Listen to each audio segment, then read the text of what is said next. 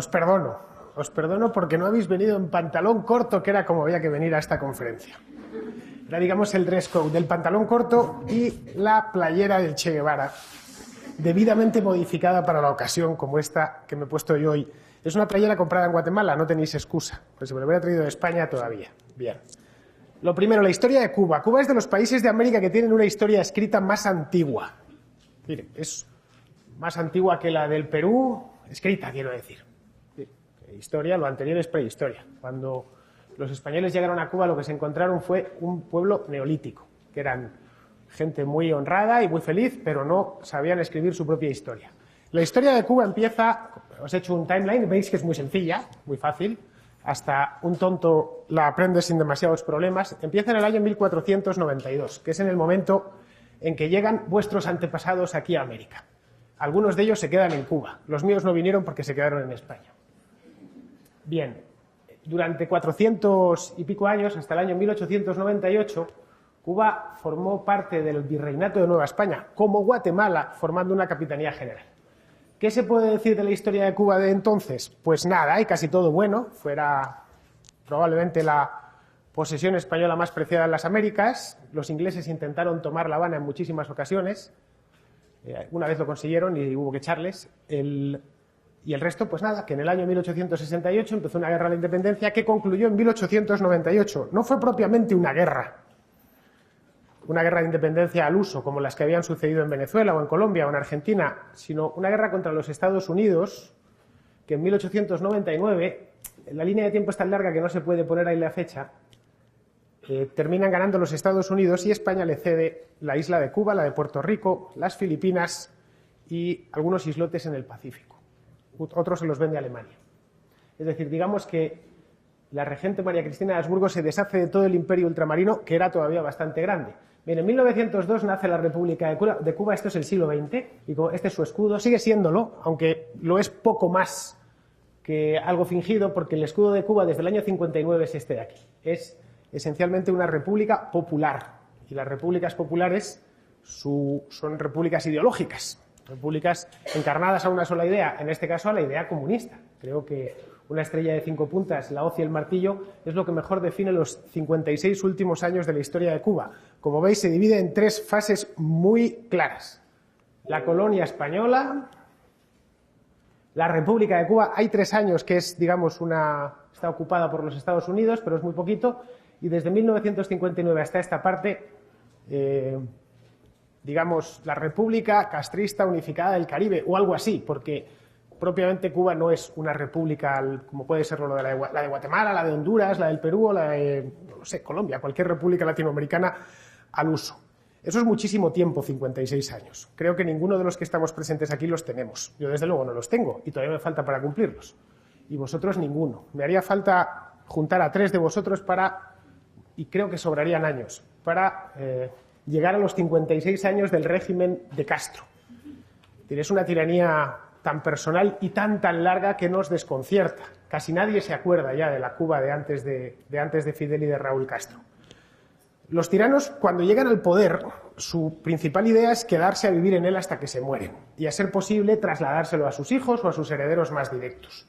Entonces, quizá 56 años sea una cosa normal. Es la primera duda que os podéis plantear. Bueno, habrá más casos como este, ¿no? Lo suyo es que nos vayamos a la historia de otras repúblicas, y veamos cuánto han durado las tiranías. No me voy a ir hasta el Gran Khan, pero sí durante el siglo XX y sí de países más o menos cercanos. Entonces vamos a empezar a contar tiranos y cuántos años han estado mandando. Tenemos, por ejemplo, los Somoza. Los Somoza eran 2 nicaragüenses de aquí cerquita. Anastasio y Anastasio se llamaban los 2, uno García y el otro de Baile. Aquí está el padre y el hijo, que tenía esta pinta de apostador de Las Vegas. A este lo sacaron del poder en el año 79, los sandinistas. Lo sacó, por cierto, Castro.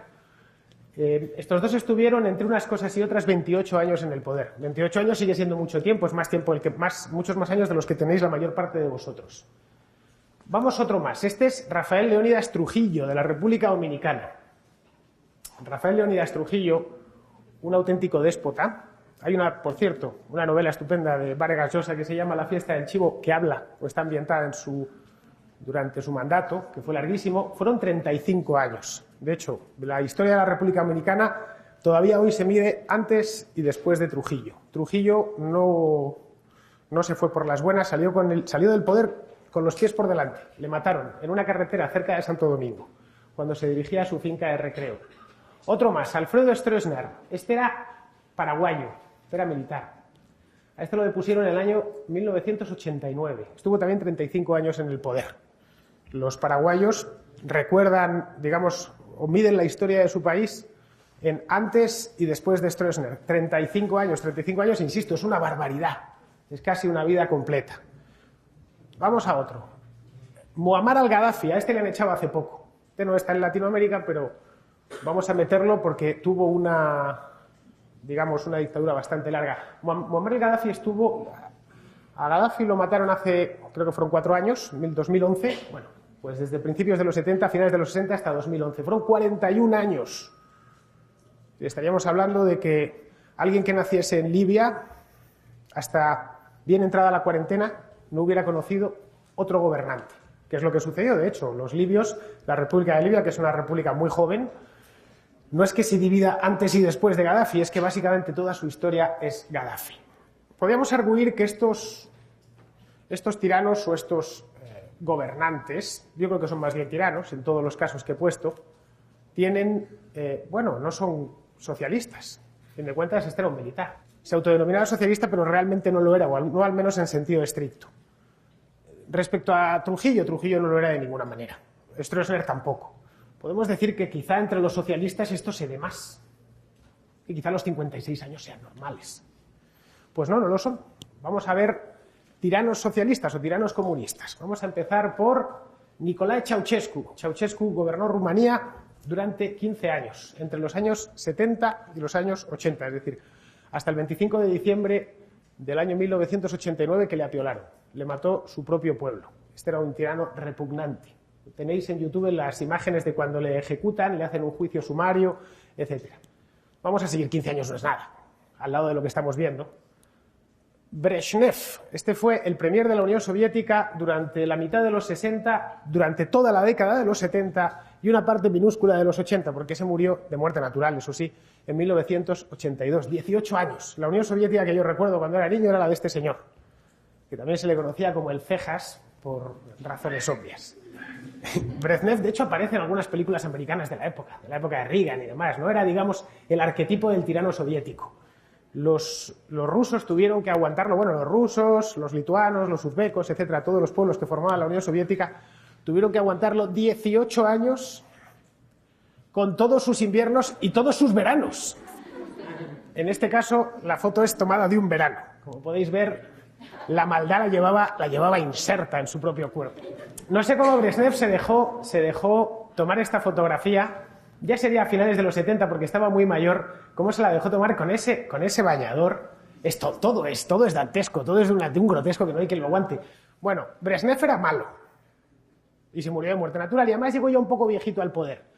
Pero no todos los tiranos soviéticos llegaron tan viejos al poder.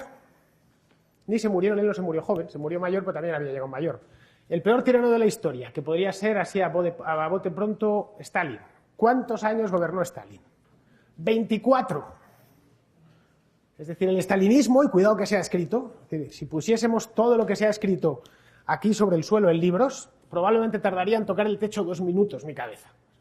Bien, fueron 24 años, nada más. Es decir, menos de la mitad de lo que Fidel y Raúl Castro llevan gobernando en Cuba. Os he elegido esta foto porque creo que es la que más le favorece de todas, que es cuando ya se había muerto. Esto lo pusieron en el catafalco en Moscú, en la Plaza Roja, para que pasasen sus pobres víctimas pasasen allá a rendirle pleitesía. Lo embalsamaron y lo tuvieron durante unos años embalsamado. Luego ya dejaron que se pudriese cuando la Unión Soviética se desestalinizó. Bien, vamos más, 24 años sigue siendo poco. Otro más. Mao Zedong en China, 27 años. No es tanto, ¿no? Del 49 al 76. De hecho, los que hablaban de Mao Zedong, sus propios contemporáneos, decían, en toda la mitología que él había construido, que iba a vivir 10.000 años. Luego, pues resulta que no vivió 10.000 años, a los 27 se murió. Le he escogido la foto también a propósito, Aquí se le ve con unas jovencitas y es básicamente a lo que se dedicó los 10 últimos años de su vida, a yacer con jovencitas. Pensaba que si se acostaba con menores de edad iba a vivir muchos años más, vivía o bebía de la tradición de los antiguos emperadores. Era un ser repulsivo. Podéis encontrarlo porque todo esto se sabe, lo podéis encontrarlo en internet, está disponible. Se sabe gracias a que su médico, el médico que le firmó el certificado de defunción pensando que después iban a pasarle a él por la piedra, decidió huir a Estados Unidos y una vez allí compuso La vida secreta de Mao Zedong, donde cuenta todas estas, digamos, intimidades. Bueno, vamos a hacer una suma, a ver si nos salen los 56 años, porque es que tomados de uno a uno a mí no me salen en el caso de ningún tirano, a no ser que me vaya a eso, a tiranos míticos o directamente a la Biblia y tenga que buscar a Matusalén, que vivió mucho pero no fue un tirano. Vamos a hacer una pequeña suma. Bien, si sumamos a Ceausescu y a Brezhnev nos salen 33 años, la edad de Cristo, nada. Si tomamos a Stalin y luego sumamos a Honecker no lo he incluido anterior, pero lo meto ahora, porque es que necesito uno más. Honecker fue un dictador alemán, el último de la República Democrática Alemana. Reinó, y nunca mejor dicho, reinó 18 años, 42 años. Bueno, vamos a sumar 3. Ceausescu, Brezhnev y Honecker, 51 años, que es la misma suma que nos da si sumamos las tiranías de Stalin y de Mao, 51 años. Es decir, ni sumándolos de 3 en 3 nos salen los 56 años de los Castro. Para que os hagáis una idea, os estoy intentando meter en la cabeza que la tiranía de los Castro no es normal y que espero que Cuba no vuelva a padecerla ni ningún otro país. Nadie en la historia antes había gobernado durante tanto tiempo. Así que concluimos después de dar este pequeño repaso que la plusmarca mundial la tienen estos dos caballeros. Y creo que me estoy excediendo llamándoles caballeros. Fidel y Raúl Castro, 56 años, camino de 57, porque el día 1 de enero del próximo año, de 2016, harán 57 años al frente del mismo país. Son un tándem perfectamente engrasado. Os he elegido unas cuantas fotografías, ahí los tenéis en los años 50, en la guerrilla. Este es Fidel, este es Raúl. Esta fotografía es de los años 70, esta es de los años 90 y esta es de hace poco, que ya son lo que son, dos abuelitos de 80 y tantos años, ¿no? Y seguirán reinando hasta que se mueran, que lo digo desde aquí y no tengo miedo a que me estén grabando, espero que sea pronto, porque el sufrimiento que han proporcionado a los cubanos ha sido gigantesco, inmenso, y que siguen proporcionando cada día que siguen al frente de la magistratura número 1 de la República de Cuba. Bien, con tanto tiempo para mandar, no es casualidad que al final se hayan hecho amigos de todos los dictadores. 56 años dan para mucho. Ahí lo tenemos a Ceausescu con... Me faltaba diapositiva, podía haber puesto muchas más fotos. Le tenemos a Ceausescu con Castro, con Gaddafi... Bueno, ahí he metido a Chávez, que por fortuna se murió antes. Ahí le tenemos con Honecker. Esto es en una feria en Alemania, estaba probando un Kalashnikov, o Dios sabe lo que sería, algún arma, ¿no? Y el otro sonriéndole. Y ahí está con Brezhnev, levantando la mano en símbolo de victoria.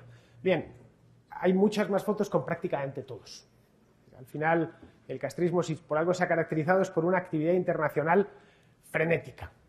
Bien, visto que ha durado mucho, es decir, una vez respondí a la pregunta del cuánto, nos tocaría responder la pregunta del qué.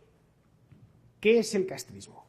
A vosotros, mentes jóvenes, tiernas, que conocéis el castrismo poco más de haberlo oído alguna vez por la tele y de algún amigo cubano, no muchos porque no pueden salir de la isla, que conozcáis.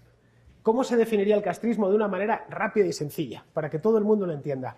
Para que lo entienda hasta un retrasado mental.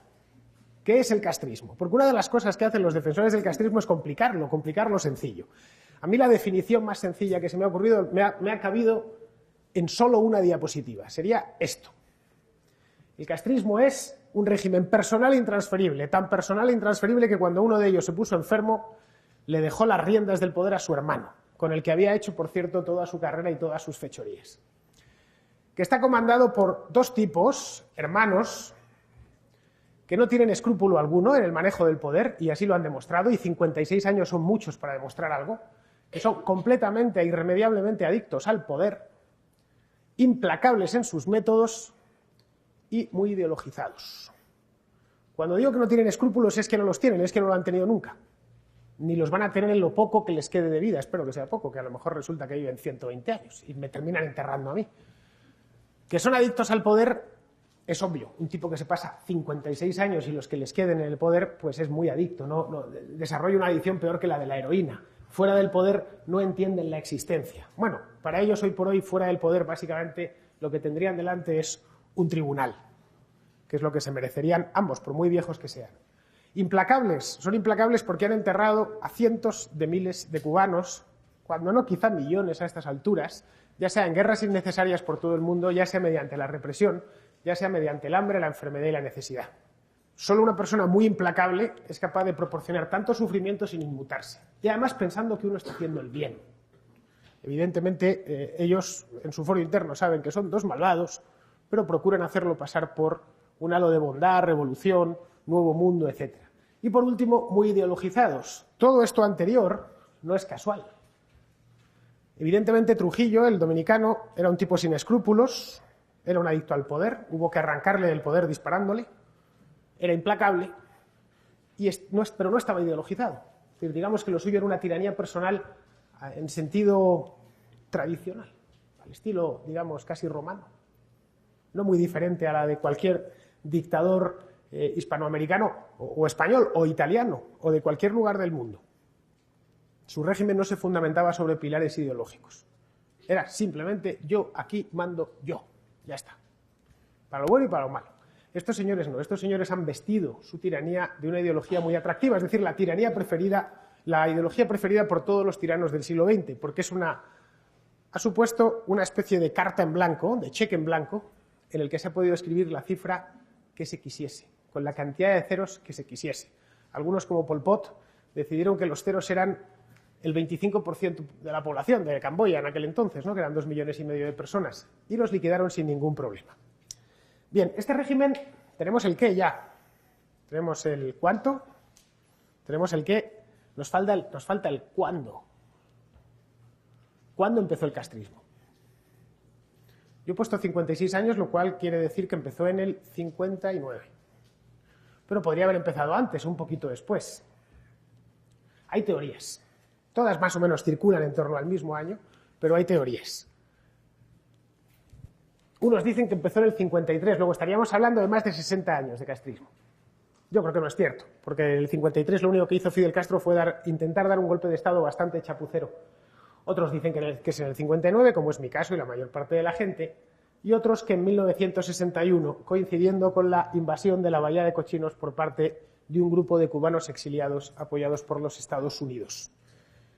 En el caso del 53, que sí es el origen del castrismo como filosofía política, como ideología, como, digamos, coartada personal para que un tipo dedique el resto de su vida a tiranizar a los demás, en ese año se produjo el asalto a los cuarteles de Moncada y Bayamo, en el sur de la isla de Cuba, vamos, el sur.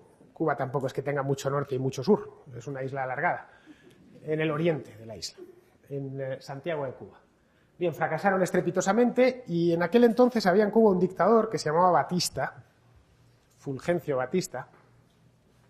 Básicamente era un ladrón al uso, un corrupto, no muy diferente de los miles que han tenido nuestros países durante los 2 últimos siglos. Les atraparon, ahí los veis, tan perfectos. ¿Veis a Fidel Castro, qué jovencito? Se da un aire a este actor de cine irlandés, no recuerdo el nombre ahora, era un tipo muy atractivo. Por cierto, de clase alta, por supuesto. No penséis que Castro era pobre. Castro era el hijo de un hacendado español que había emigrado a Cuba.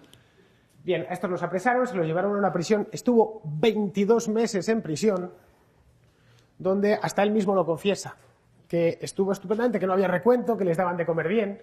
Es más, en una de las cartas desde prisión, en el año 54, dice que en el fondo le molesta que se acabe este paraíso. Utiliza esa palabra, no utiliza otra. Una vez el régimen de Batista le liberó, se fue a México y desde allí organizó una misión que en principio, y si lo miramos desde ese punto de vista, desde el momento, de una manera, digamos, sincrónica, era un suicidio, es decir, 50 cubanos metidos en un yate, era un yate llamado Granma. Se llamaba Granma porque lo habían comprado en México, en la costa del Golfo de México, cerca de Veracruz. Se lo habían comprado a un gringo, y este gringo había llamado al yate Granma, que es la abreviatura de grandmother, de grandma, de abuelita. Bueno, pues se metieron todos, incluido el Che Guevara, que iba dentro. Mira, este tipo de aquí. Y se fueron desembarcaron a la aventura en el sur de la isla, vamos, en la costa de Santiago de Cuba. Así es como empezó el castrismo o el dominio de Castro, aunque empezó por 50 cubanos y terminó por los 11 millones actuales. Una vez estaba en Sierra Maestra, es decir, se encaramó a la sierra, se planificó o planteó una estrategia que aparentemente era muy sencilla. La estrategia sería esta, es lo que hoy se conoce como guerra de guerrillas. La guerra de guerrillas es muy fácil de entender, no hace falta ir a la academia militar ni nada por el estilo. Mira, aquí tenéis, la guerra de guerrillas tiene 3 puntos. Hay que atacar todos los cuartelillos del ejército, ni siquiera cuarteles, los cuarteles no se pueden atacar porque se defienden. Los cuartelillos, los más pequeños que haya. Y desaparecer automáticamente. Es decir, les tiras 2 bombas y sales corriendo. Si puedes matar a un soldado que esté haciendo guardia en una garita, mejor. El segundo era atacar a todas las unidades militares que se internasen en la sierra. Es decir, una pobre patrulla con 2 infelices que iba patrullando por la sierra, por un camino de montaña, pues los mataban. Bien. Y el tercero, salir en desbandada cuando los militares eran más o se encontraban en terreno que les era propicio. Bueno, esa es la guerrilla de Castro.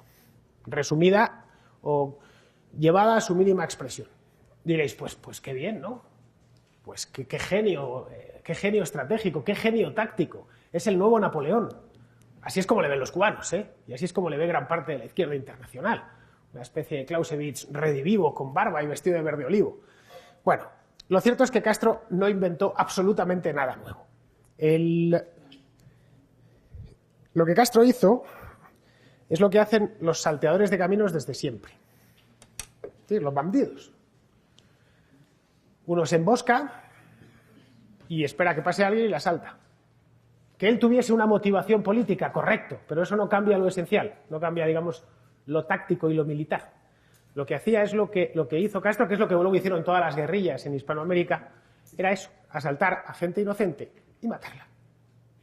Con una excusa de que en Cuba había una dictadura y que la única manera de oponerse a ella, por cierto, no era el único que se oponía, en Cuba había un movimiento democrático bastante amplio. Muchísimo, que luego Castro se encargó de ejecutar uno tras otro. Y de gente que hacía manifestaciones, que convocaba huelgas generales, que protestaba dentro y fuera de la isla contra Batista. Es decir, no penséis que era el único que se oponía a aquel régimen. Así que esto es lo primero, quitaros la idea de que Castro fue un héroe alguna vez. Nunca, jamás, en ningún momento. Lo único que hizo fue una insensatez, digamos, heroica, que fue la de meterse en el Granma, cruzar todo el Golfo de México y terminar en la costa de Santiago de Cuba y desembarcar allí a la buena de Dios. Que le podían haber matado de un tiro, pero no lo hicieron. En la historia la suerte y los eventos inesperados son fundamentales.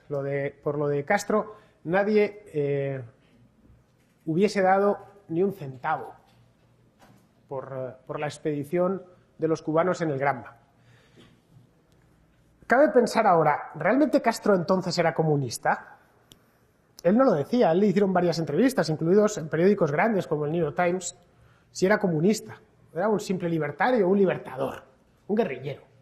Estas mismas cosas las habían hecho, no ya se habían hecho en España durante siglos. Los españoles habían resistido contra los franceses a principios del siglo XIX montando guerrillas en las sierras.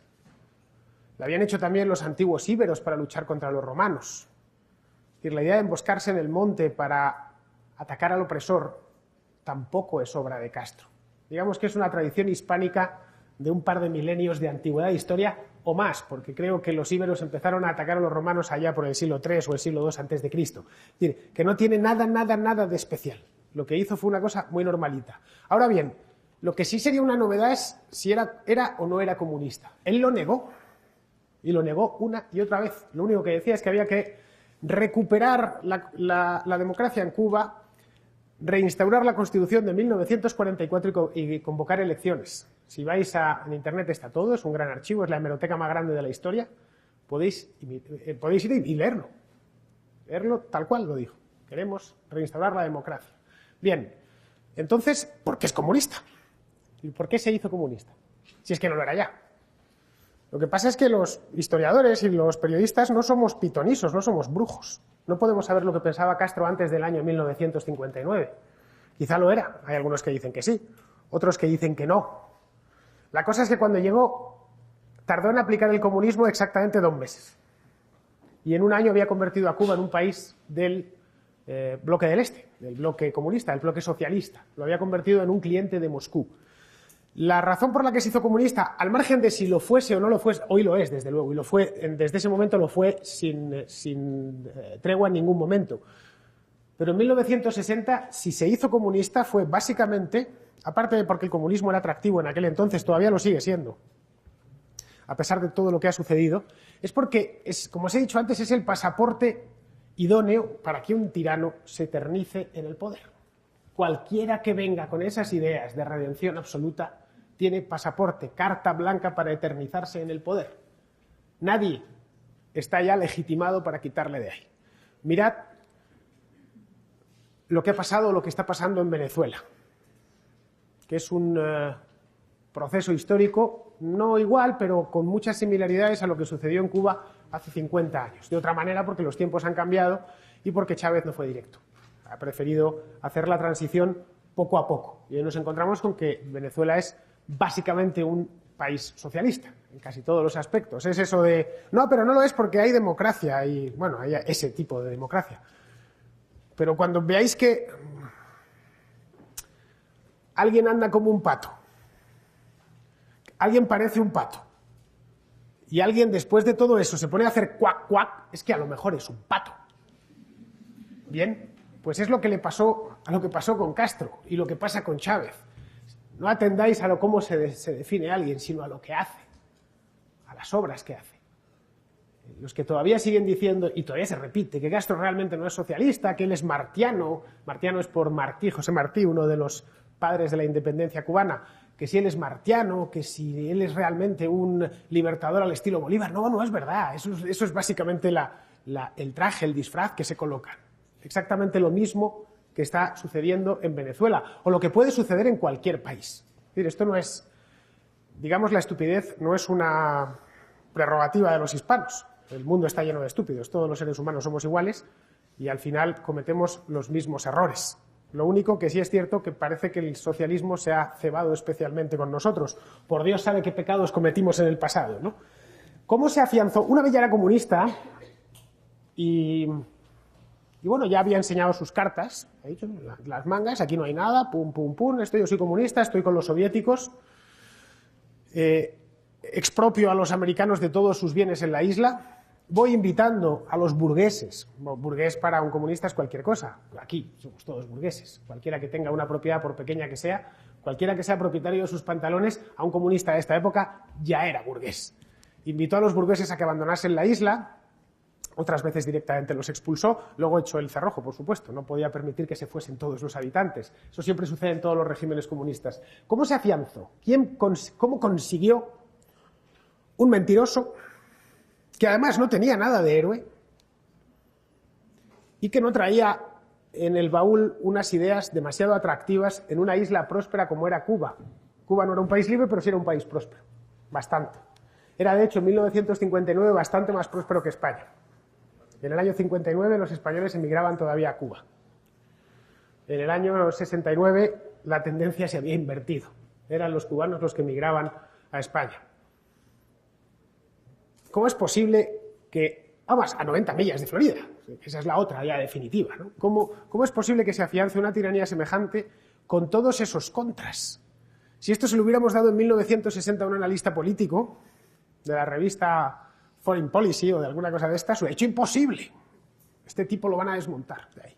No va a durar mucho, va a estar unos pocos meses y después las contradicciones internas del sistema harán que salga, le darán un golpe de Estado a los militares. No, de golpe de Estado nada, no hizo falta. Al ejército anterior, al de Batista, lo pasó por las armas, lo fusiló y se pusieron ellos, que no eran ni militares ni nada. Fidel Castro dice que es comandante, pero él no tiene estudios militares de ningún tipo. De hecho, en el ejército cubano es el único ejército del mundo en el que el rango de comandante es el más alto. En el ejército español, comandante es un grado medio, un grado para alguien que está a la mitad de su carrera. Bien, como él se había hecho llamar comandante, pasó a ser comandante lo más de lo más. Él se llama en concreto comandante en jefe. En España, para cachondearnos del decimos, es un coma andante. Pues ya sabéis cómo va, ¿no? Pues es el coma andante en jefe. Bien, ¿cómo se afianzó este hombre? Es una duda que ahora a posteriori sí podemos resolverla, en aquel momento no. A mi juicio fueron dos eventos encadenados que sucedieron muy de seguido, uno en el 61 y otro en el 62. El primero fue la invasión de la bahía de Cochinos, lo veis ahí arriba. Eso es un tanque soviético T-34, es decir, para el año 61 los soviéticos habían mandado hasta tanques a la isla de Cuba. Fijaos si estaba avanzada ya la sovietización del país. Y la segunda, el segundo compás fue la crisis de los misiles del 62.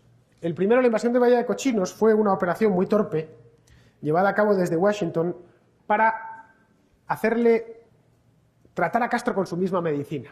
Es decir, hacer un desembarco como el que había hecho él unos años antes en la provincia de Santiago de Cuba, provincia que hoy se llama Granma. Es decir, lo había hecho, fijaos para que os hagáis una idea, llamó a una de las provincias abuelita porque es fijaos si es personal e intransferible el régimen, que la geografía termina permeándose de los sucesos propios de la vida del líder.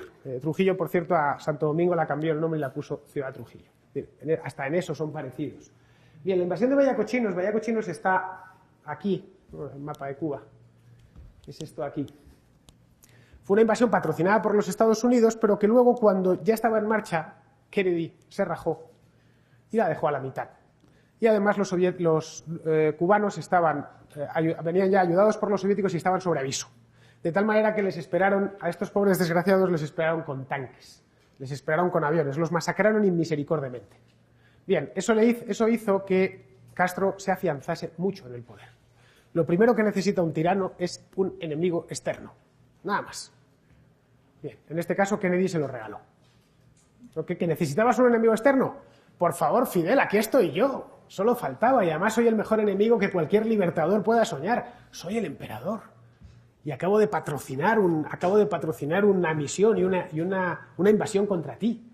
Esto le dio una muy buena prensa, especialmente en Latinoamérica, donde sabéis que los gringos siempre han estado incordiando, han tenido una política bastante torpe por lo demás desde el siglo XIX. La segunda parte es lo que terminó de afianzarle como un jugador importante, fue la crisis de los misiles que sucedió un año después, en octubre del 62.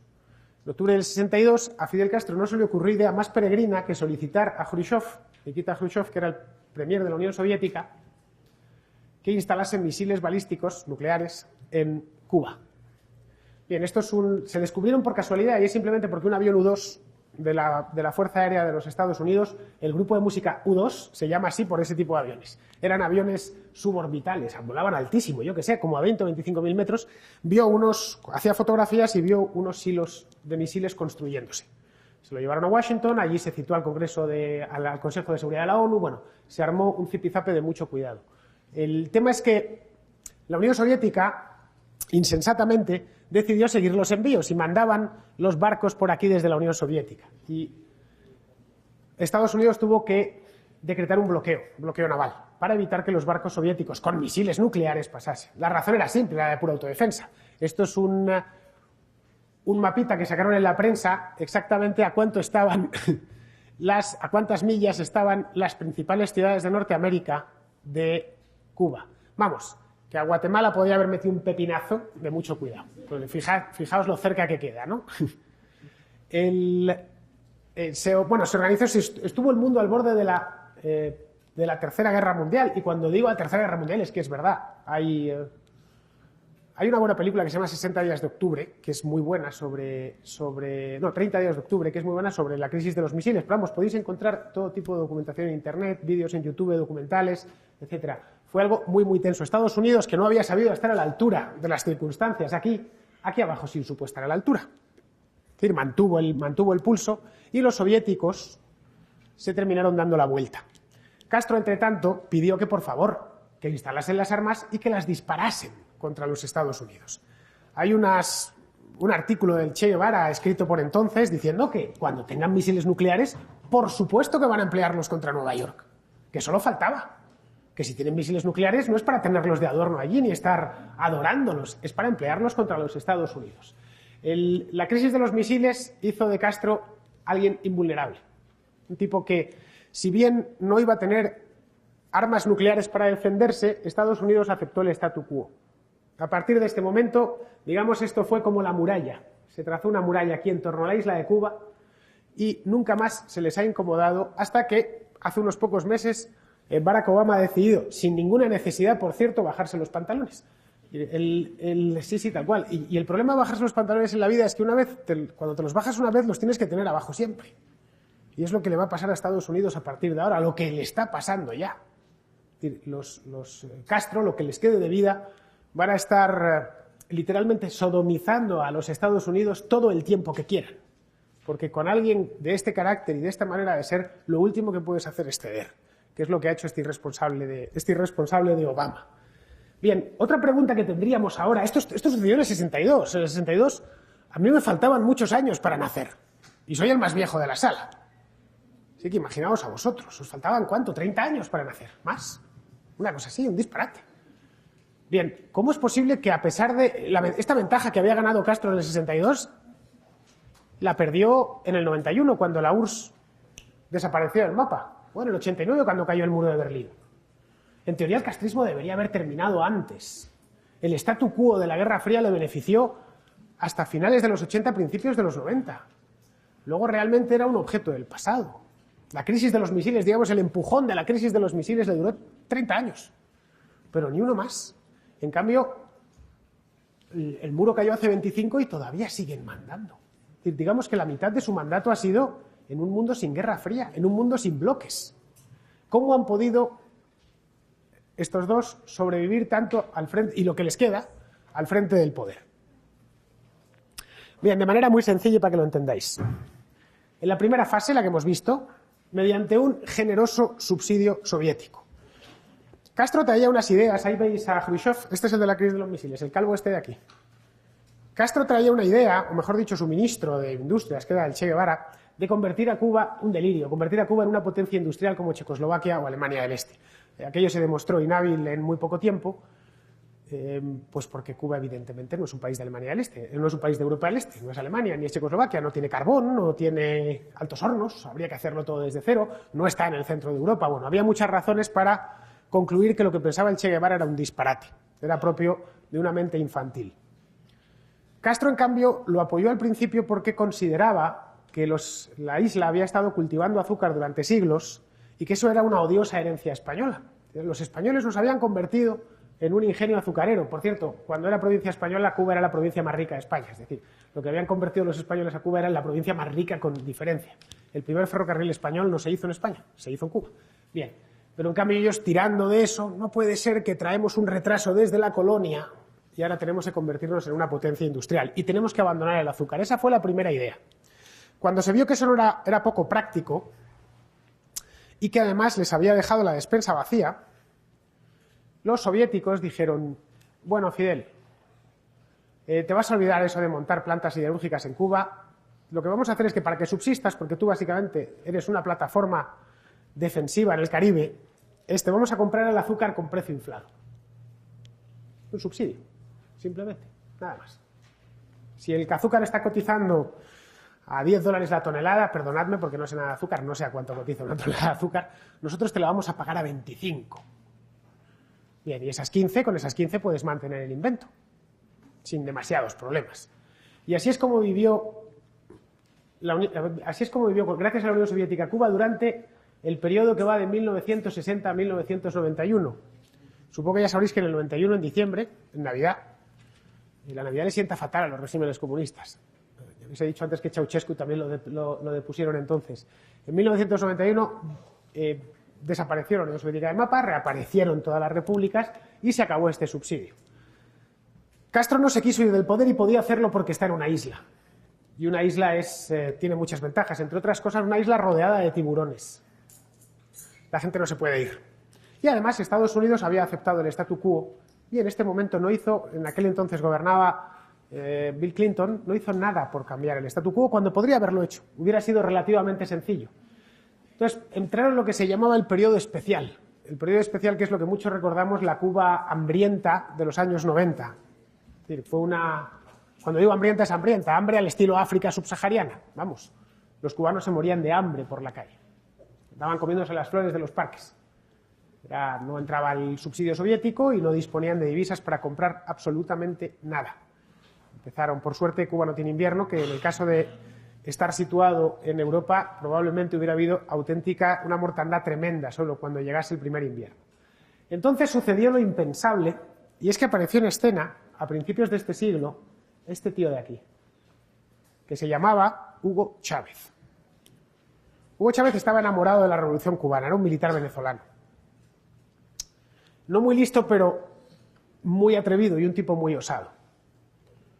Y muy echado para adelante. El país le cayó en el año 1998 en las manos y sabía muy bien qué es lo que iba a hacer con él. Y una de las cosas que hizo con él fue sostener al régimen cubano durante los últimos 15 años. Esta vez no utiliza el azúcar, no es que Venezuela le compre azúcar a Cuba a precio inflado, sino utiliza otro subterfugio, les entrega petróleo, les manda petroleros cargaditos, que no les cobra, obviamente, y ese petróleo Cuba lo revende. Cuba, digamos, que es un exportador de petróleo sin producirlo, caso único en el mundo. La figura, en las listas de exportadores de petróleo aparece Cuba con una cantidad sustanciosa, y ese es el petróleo que les llega de los venezolanos. Y diréis, bueno, pues entonces en Cuba mandará Venezuela, que entrega el petróleo, como mandaba la Unión Soviética. No, en Cuba no manda Venezuela, en Venezuela manda Cuba. Es decir, ha conseguido, Castro, después ya de 40 años de administrar el poder, consiguió algo, rizar el rizo, el triple salto mortal. Conseguir alguien que te mantenga y encima decirle lo que tiene que hacer. Es decir, esto hay que reconocérselo. El día de mañana, cuando se haga la historia de Cuba, habrá que reconocer su habilidad extraordinaria para poder someter a un país que además lo estás explotando de una manera descarada. Eso es como el castrismo se mantiene todavía hoy.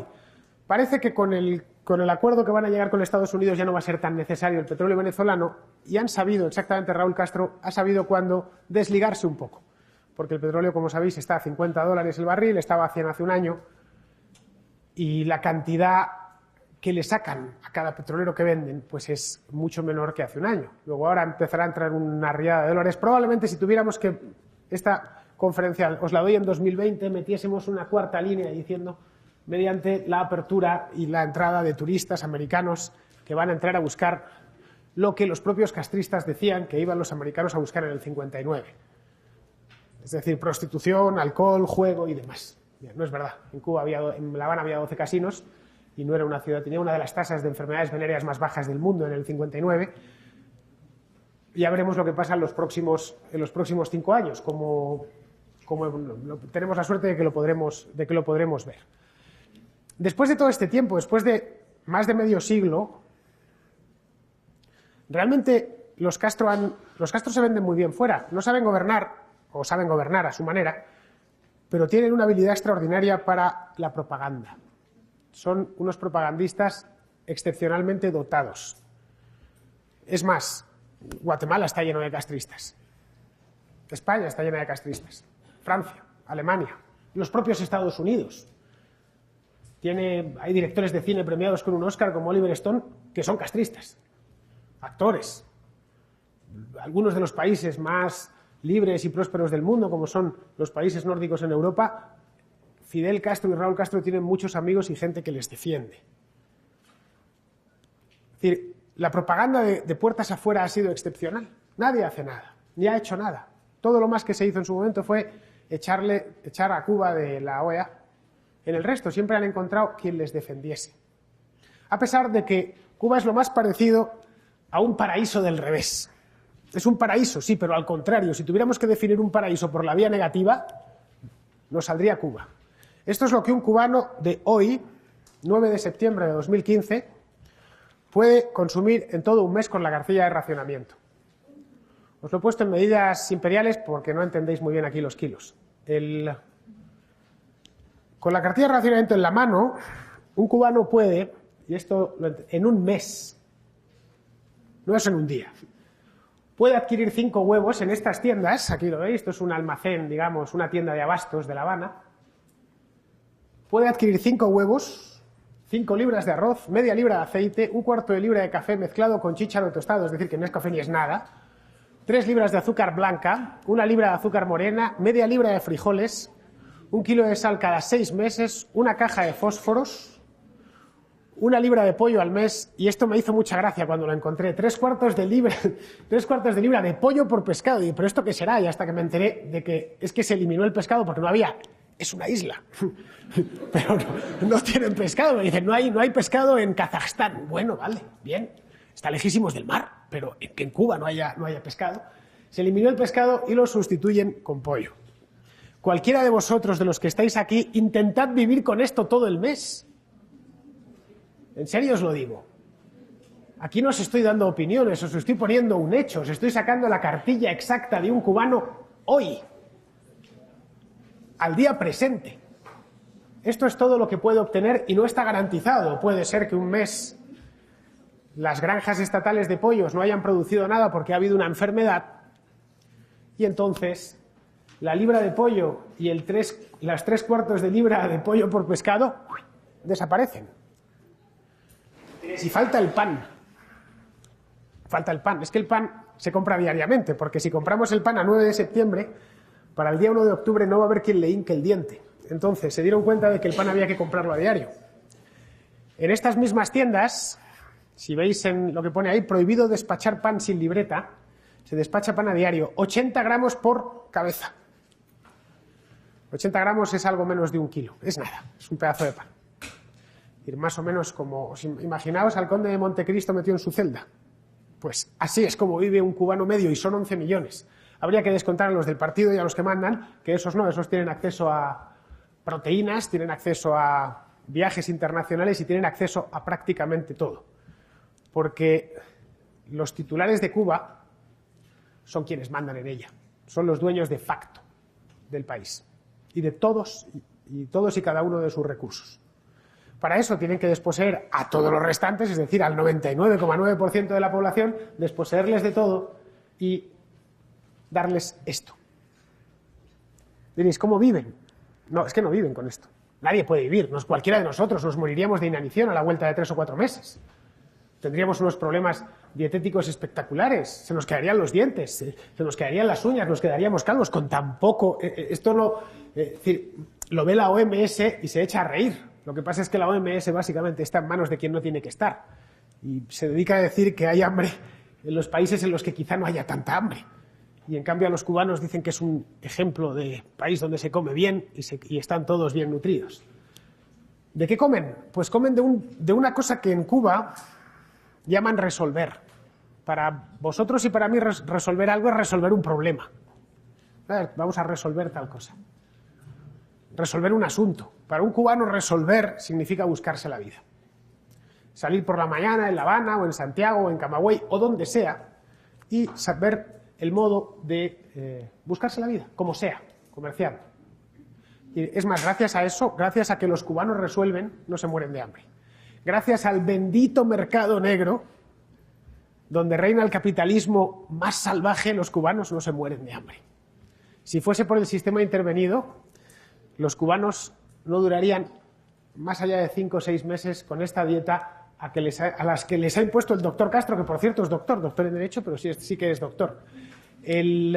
Vamos, con esto creo que no hace falta que os muestre mucho más y que os diga más sobre cuál es el tipo de vida en Cuba. Lo podéis ver en cualquier sitio y esto os sirve para haceros una idea de a lo que han conducido 56 años de revolución.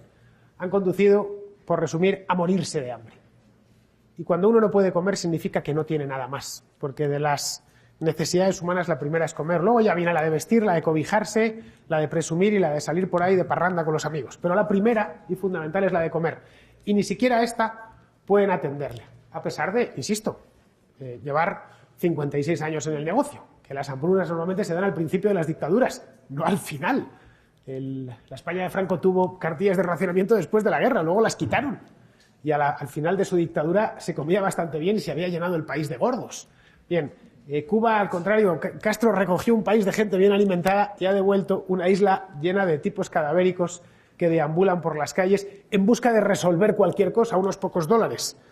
Por cierto, la isla de Cuba tiene un embargo, que no un bloqueo solo hubo uno, ese que os he explicado, pero a pesar del embargo está llena de dólares. La moneda, digamos, de curso normal, no de curso legal, en Cuba es el dólar. Ha sido el embargo más desastroso e ineficiente de toda la historia de los embargos. para los cubanos está claro que esto ha sido probablemente ha sido como una peste egipcia, como una peste bíblica. Ahora, para el resto del mundo, ¿qué nos ha supuesto el castrismo? ¿Qué ha supuesto? Bueno, ninguno de nosotros somos cubanos, a fin de cuentas. Hemos tenido esa suerte de no tener que vivir en un país como este. Para el resto del mundo, ¿qué ha supuesto el castrismo? 56 años. ¿Cuáles han sido sus efectos? Bien, este mapa, que os lo he preparado, este mapa lo he hecho yo, de ahí que perdonad los errores cartográficos, porque me he limitado a poner en el Photoshop unas flechas.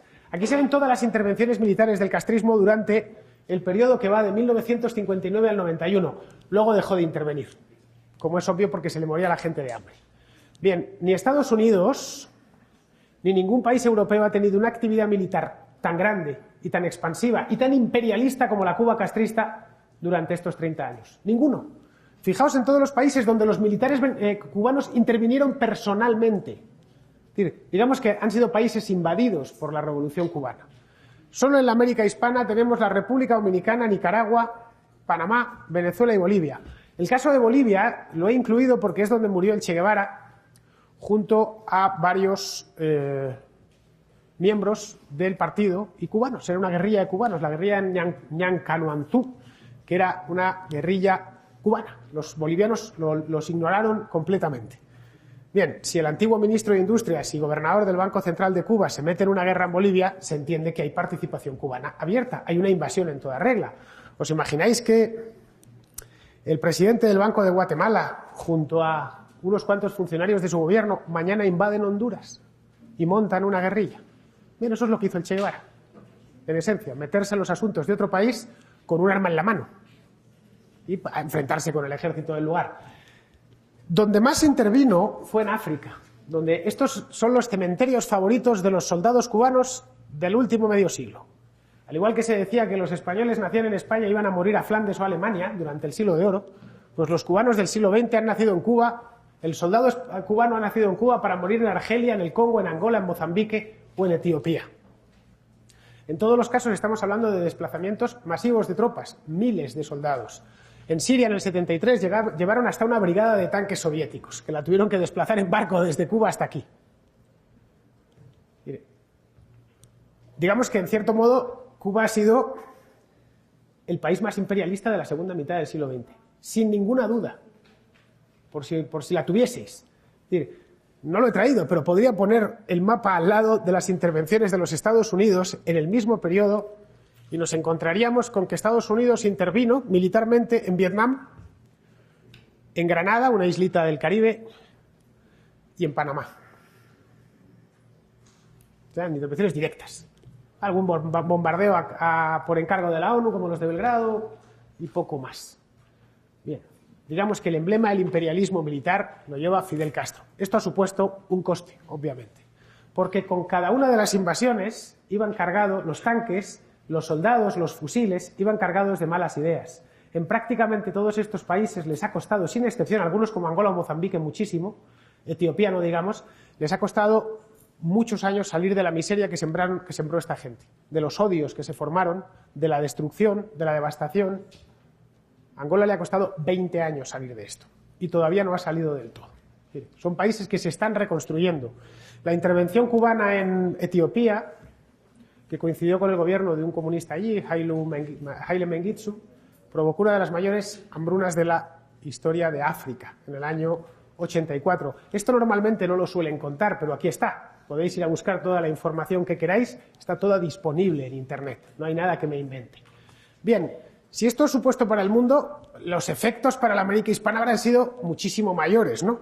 Si veis, básicamente quitando estas pequeñas intervenciones, casi todas hechas al principio, en el año 59, 63, como veis está Venezuela. La obsesión de Castro por Venezuela es muy antigua. Él sabía que ahí estaba el petróleo. Lo tenía claro desde el primer momento, desde el minuto uno. En el caso de República Dominicana quiso destronar a Trujillo, un tirano que empieza tratando de destronar a otro tirano que se está yendo. A Trujillo le mataron un poco después, un par de años después. Realmente parece que la América hispana se quedó un poco... que no se fijó en ella, que ya es raro, ¿no? No la invadió. No, con estos países lo que empleó es otra técnica. Empleó la técnica de las guerrillas, que aquí en Guatemala conocéis bien. Conocéis, diría, demasiado bien. porque os ha supuesto, a vuestro país le ha supuesto un coste inmenso, en términos de vidas, en términos económicos, en términos de fractura social. Es decir, creo que he venido al mejor país del mundo para contar esto. Los cubanos, o los castristas, mejor dicho, los cubanos han sido más bien víctimas de todo esto, han fomentado, apoyado y financiado guerrillas en prácticamente todo el continente americano, exceptuando Brasil y Canadá. Y los Estados Unidos, obviamente. Ahí os he puesto las guerrillas que fueron financiando. Aquí tenéis el URNG, ¿no? Bueno, pues el FMLN en Nicaragua, Alfaro Vive en Ecuador, Sendero Luminoso y el MRTA en Perú, los Montoneros en Argentina, el MIR en Chile, el FALNE en Venezuela, el EPP en Paraguay. El coste que a esta parte del mundo le ha supuesto el castrismo ha sido gigantesco. No os lo podéis imaginar. La pena es que no se puede cuantificar del todo. No hay manera, no hay forma económica de cuantificar lo que han sido 56 años de despropósito y de desestabilización. Es decir, probablemente para un coreano el castrismo sea un exotismo, algo exótico, de la América hispana. Para nosotros el castrismo solo por esto debe de ser algo abiertamente aborrecible, intolerable, intratable, directamente que no se puede ni pronunciar, como la palabra nazi en Alemania. Porque el daño que nos han hecho es muy grande, especialmente a los hispanoamericanos. Mire, Guatemala estuvo 30 años en guerra por culpa de esta gentuza que quisieron, es que no se me ocurre otra palabra, podría decir chusma. Pero es que más allá de eso, bueno, indeseables, que consideraron que esa táctica de saltear caminos, de asaltar caminos, de matar a gente inocente que les había funcionado por pura casualidad y por pura carambola en Cuba, iba a funcionar en todos los países de América. Y ¿sabéis una cosa? No funcionó en ninguno. En ninguno. En Guatemala no funcionó, pero tampoco funcionó en El Salvador, ni funcionó en Costa Rica, ni funcionó en Perú, ni en Colombia. En Colombia, por cierto, la guerrilla sigue activa. La idea esa de los focos, ¿no? Esa teoría que construyó a posteriori, que construyó el Che Guevara, es mentira. Es pura filfa. No es ni teoría militar ni es nada. Es, como decimos en España, una paja mental. Una paja mental que ha costado miles, cientos de miles de vidas y un coste altísimo en el desarrollo para todos estos países. Imaginaos por un momento que Guatemala no hubiera tenido que pasar por el periodo de la guerra civil o del conflicto armado, llamadlo como queráis, que no hubiera tenido que estar empleando recursos y esfuerzos durante 30 larguísimos años para defenderse de una agresión que venía de esta estrellita, de un tipo con barba, un iluminado, que quería darle la vuelta al mundo solo por complacerse en ello. El coste para nosotros, para los hispanos, ha sido altísimo. Por lo tanto, creo que vais entendiendo eso de que estoy deseando que se muera. Vosotros deberíais desearlo también, sinceramente. Bien, dicho esto, y ya con idea de terminar, me gustaría mostraros lo que es Cuba hoy. Hay un bloguero y tuitero muy famoso que se llama Yusnavi Pérez. Es un tipo encantador, un valiente. Va con un iPhone, fue a España y se consiguió un iPhone allí porque creo que su hermano trabaja allí y va haciendo fotos y tiene un plan de datos español y va haciendo fotografías con su iPhone por toda la isla.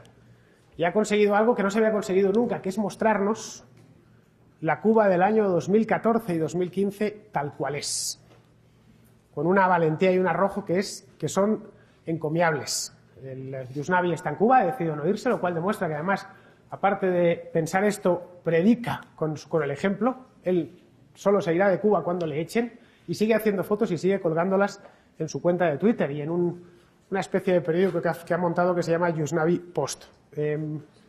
Yusnavi es muy joven, tiene 25 o 26 años, es prácticamente de vuestra edad. Y Yusnavi viene a demostrar que una sola persona, hace la diferencia.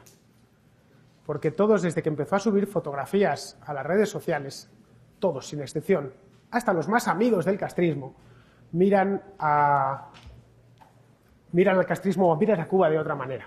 Entonces, ya para terminar, os voy a poner un vídeo que he montado con imágenes tomadas por Yusnavi, unas imágenes, además luego es un fotógrafo consumado, da gusto. No sé si habrá estudiado eso, pero hace unas fotos excepcionales.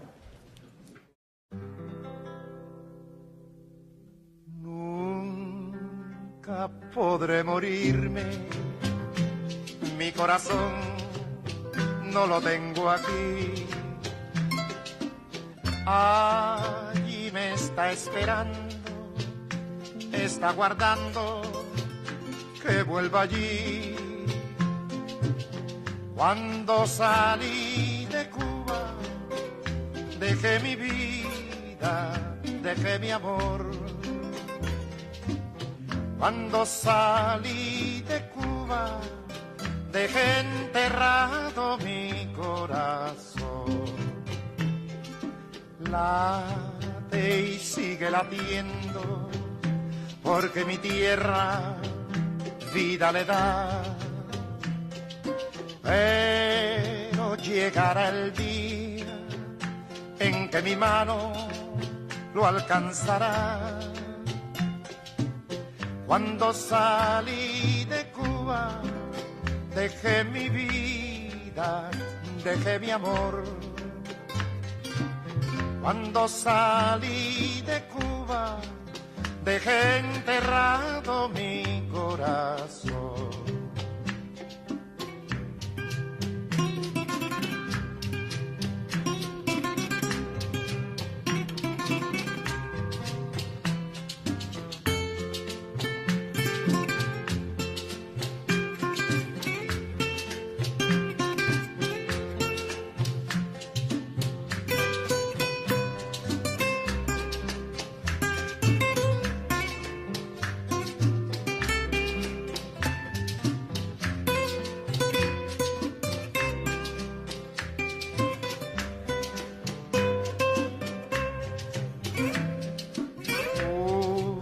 Triste tormenta te está azotando sin descansar, pero el sol de tus hijos pronto la calma te ha de alcanzar.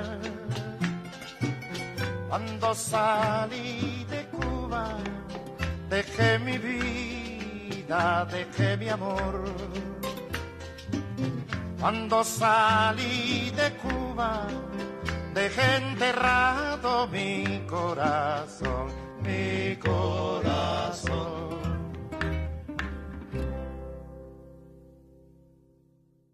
Creo que una imagen vale mucho más que 1000, no, vale más que 1.000.000 de palabras. Y la Cuba que nos muestra Yusnavi es probablemente la mejor conferencia sobre lo que ha sido esta glaciación que no termina de acabar, que se llama castrismo y que lleva ya 56 años. Y con esto he terminado. Muchas gracias a todos.